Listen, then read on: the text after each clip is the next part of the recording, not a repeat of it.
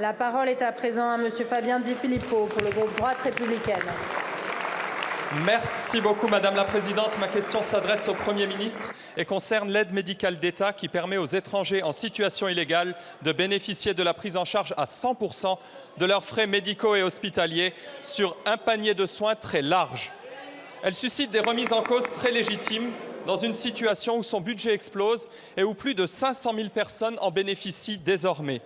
La politique menée au cours des 10 dernières années a conduit au doublement de son coût, alors que la première version du budget 2025 prévoit encore une augmentation de cette mission de 100 millions d'euros.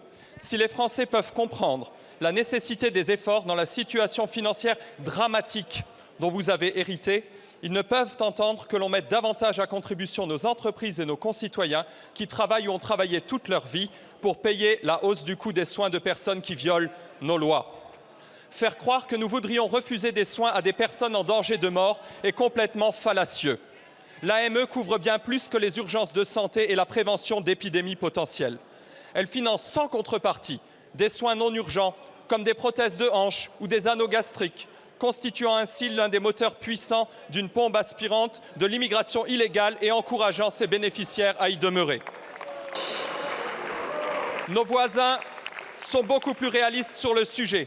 En Grande-Bretagne, en dehors des femmes enceintes et des enfants, les illégaux doivent s'acquitter préalablement à tout soin non urgent d'une somme équivalent à 150% de son coût pour le système de santé britannique.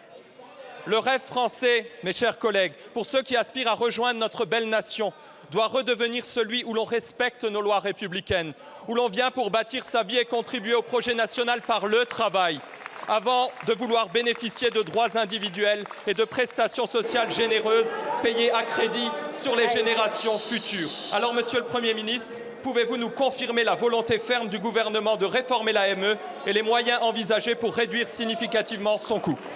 Merci beaucoup, Monsieur le député. La parole est à Monsieur Laurent Saint-Martin, ministre en charge du budget et des comptes publics. Merci Madame la Présidente, Mesdames et Messieurs les députés. Monsieur le député Fabien Di Filippo, vous évoquez effectivement la hausse de crédit de l'AME dans le projet de loi de finances 2025. Permettez-moi d'abord de vous dire qu'il s'agit d'abord d'une hausse tendancielle et en aucun cas d'un changement sur les différentes conditions et extensions de conditions de ce dispositif.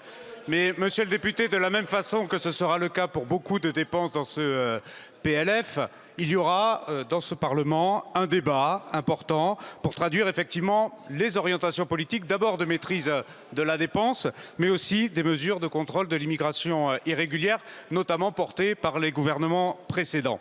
Et de la même manière que nous allons demander des efforts sur beaucoup de postes de dépenses, il y aura un effort en la question, d'autant plus soutenable que les mesures de réduction de l'immigration irrégulière, notamment permises par la dernière loi, produiront leurs effets dès 2025. Le gouvernement, et c'est important, Monsieur le député, ne s'interdit pas par ailleurs de prendre des mesures complémentaires. D'abord pour s'assurer que l'AME ne soit jamais détournée de son objet, celui d'un outil d'abord de santé publique, permettant d'apporter des soins essentiels et urgents, et un outil de protection de l'ensemble de la population. Le gouvernement ne renoncera pas, je vous le dis, Monsieur le député, à l'impératif de santé, mais aussi à l'exigence d'humanité liée à l'AME, mais il continuera à lutter contre les différents abus, notamment dans la continuité encore de ce qui a été initié en 2019. Des mesures seront donc prises rapidement, notamment dans la ligne des propositions formulées par Claude Évin et Patrick Stefanini en début d'année, par exemple sur le renforcement des contrôles par l'assurance maladie, mais aussi la mise en place d'échanges de données avec les consulats pour lutter contre le tourisme médical, ou encore la meilleure prise en compte des ressources du conjoint dans le droit à l'AME. Ce ne sont à ce stade que des pistes de travail dont nous aurons besoin de discuter ensemble. Dans l'immédiat, Monsieur le député, le gouvernement est évidemment disposé à discuter avec vous des amendements lors du projet de loi de finances pour que soient maîtrisées et stabilisées les dépenses de l'AME. Merci beaucoup, Monsieur le ministre.